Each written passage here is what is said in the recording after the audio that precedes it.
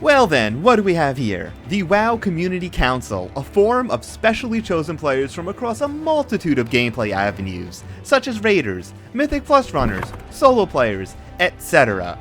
You submit your resume with Blizzard and maybe they choose you to be on this special council. You know, one of the biggest complaints about World of Warcraft is that the developers do not communicate very well and that they ignore player feedback. When Shadowlands was being beta tested, many problems were found with the system designs, and there were also many balance issues. And when the beta testers posted details going over these problems, did the developers listen? Of course they didn't listen. How shocking. And guess what? Every single one of those problems that these testers detailed turned out to actually be problems. Who would have thunk it?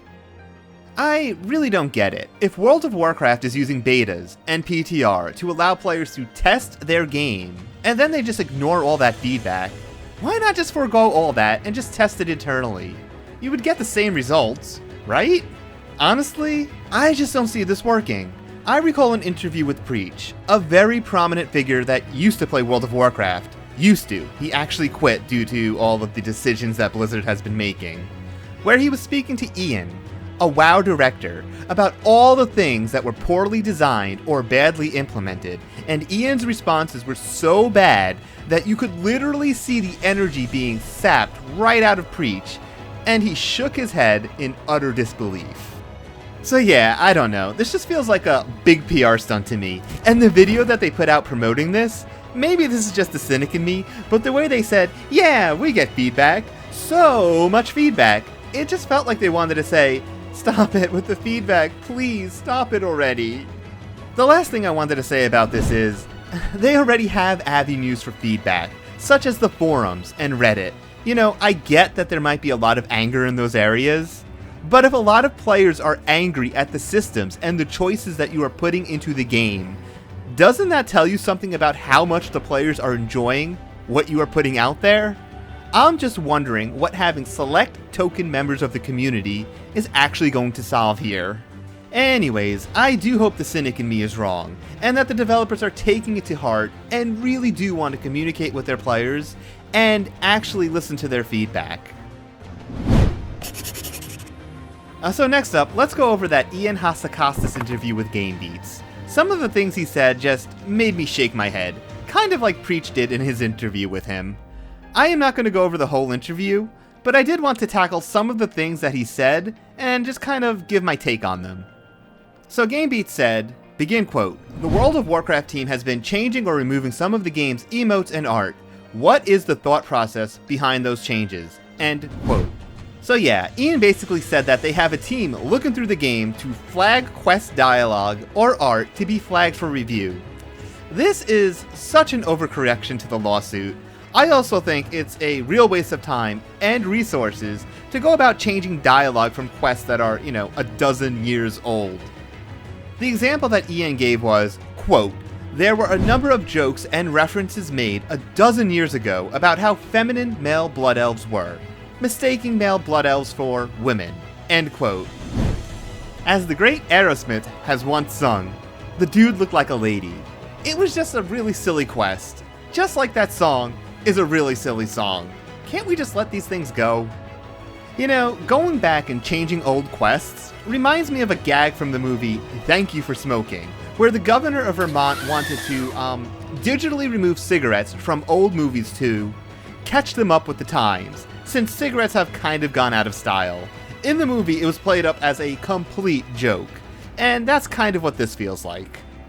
And don't get me wrong, if there were some truly heinous, awful, disparaging things that developers somehow snuck into the game, yeah, obviously that stuff should be removed. But I'm thinking stuff of the caliber of the infamous hot coffee mod that was found in Grand Theft Auto Vice City.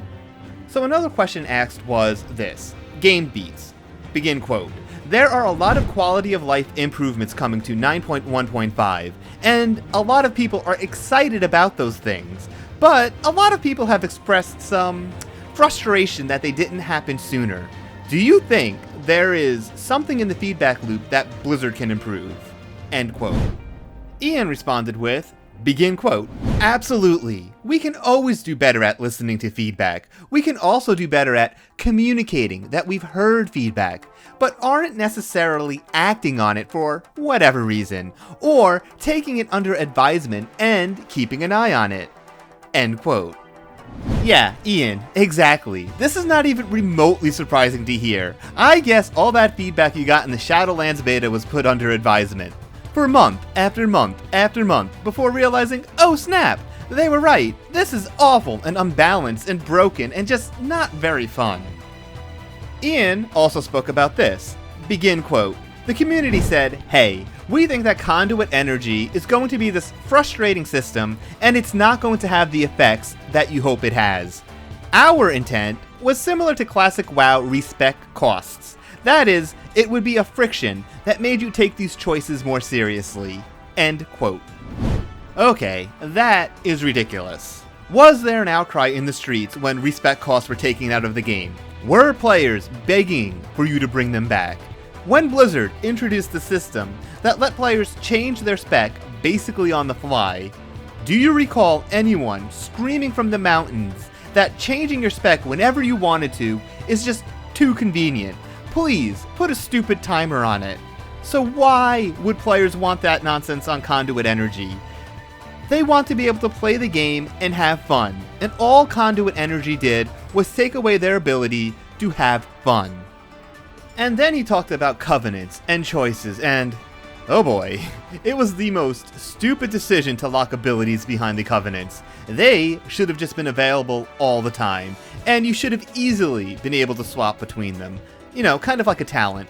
All this did was make it so players chose a covenant that had the best ability. They didn't get to choose based on what they liked, area they found the most interesting, storyline they wanted to get involved in. It was just absurd. I don't know what they were thinking. Also, on choosing a storyline, why would you split your story up like that? The game is already so narratively sparse, and then you cut that into fourths?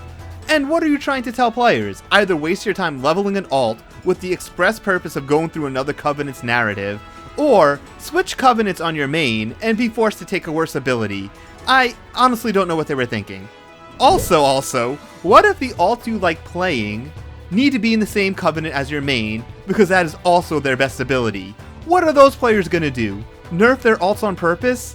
How they could have taken the feedback about this and just completely ignored it is completely beyond me.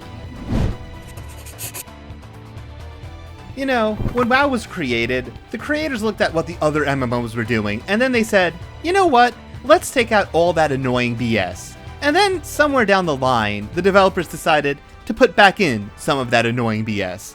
They got rid of the badge system. They added layers upon layers of RNG to getting gear. First with the whole Warforged/Titanforge random socket nonsense, and then with Azerite power/corruption vendor/the weekly chest.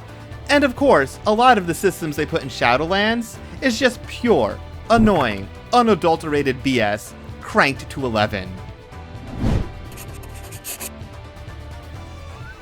So, those were some of the things in the interview that caught my eye. Like I said, I have linked the entire interview below, so you can read that at your pleasure. You know, I do hope that Blizzard can course correct. It's just, sometimes when you hear their rationale behind decisions, it makes you wonder, do they even play the game? How can anyone that plays the game think that some of these systems and ideas are making the game a better experience for the player? It's like the whole Titanforge debacle. What was the benefit to the player by having that much RNG with loot drops? How was that making the game more fun? It was annoying. It made getting gear tedious, and anyone that played the game would have known that. It was obviously put in to make it a longer grind to get best in slot gear, and in turn kept players subbed longer, even if they weren't having fun. Because as we all know, Ian measures fun like a robot. They did the activity, therefore the activity is fun. And that is all for today. Please consider liking, commenting, and subscribing, and have a wonderful day.